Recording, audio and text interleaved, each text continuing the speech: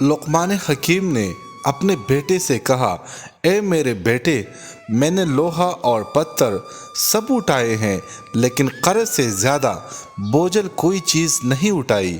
میں نے پاکیزہ چیزیں کھائی ہیں اور اچھے حالات بھی دیکھے ہیں، لیکن عافیت، آزمائش سے دوری سے زیادہ لذیذ چیز نہیں پائی، اور لوگوں کی طرف اپنی ضرورتیں لے جانے سے زیادہ تلخ کسی چیز کو نہیں پایا۔ اے بیٹے، جو کہتا ہے وہ جھوٹ بولتا ہے کہ برائی برائی کو ختم کرتی ہے۔ اگر وہ اپنے اس قول میں سچا ہے تو وہ دو مقامات پر آگ جلا کر دیکھے کہ آیا ایک جگہ سے دوسری جگہ کی آگ کو بجھانے میں کس قدر مدد کرتی ہے۔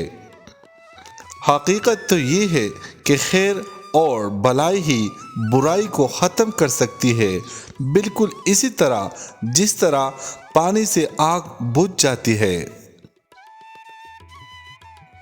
اے بیٹے، اگر کسی کو دوست بنانا چاہتا ہے تو دوست بنانے سے قبل اسے غصہ دلا، اور اگر غصے میں اعتدال کا رویہ اختیار کرے تو پھر اسے دوست بنا، ورنہ دوستی سے گریز کر۔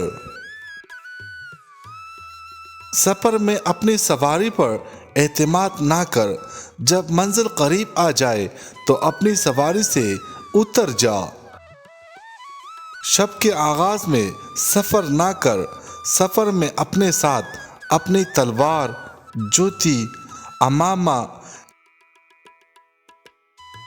کپڑے، پانی، سوئی دھاگا اور چینی وغیرہ رکھ۔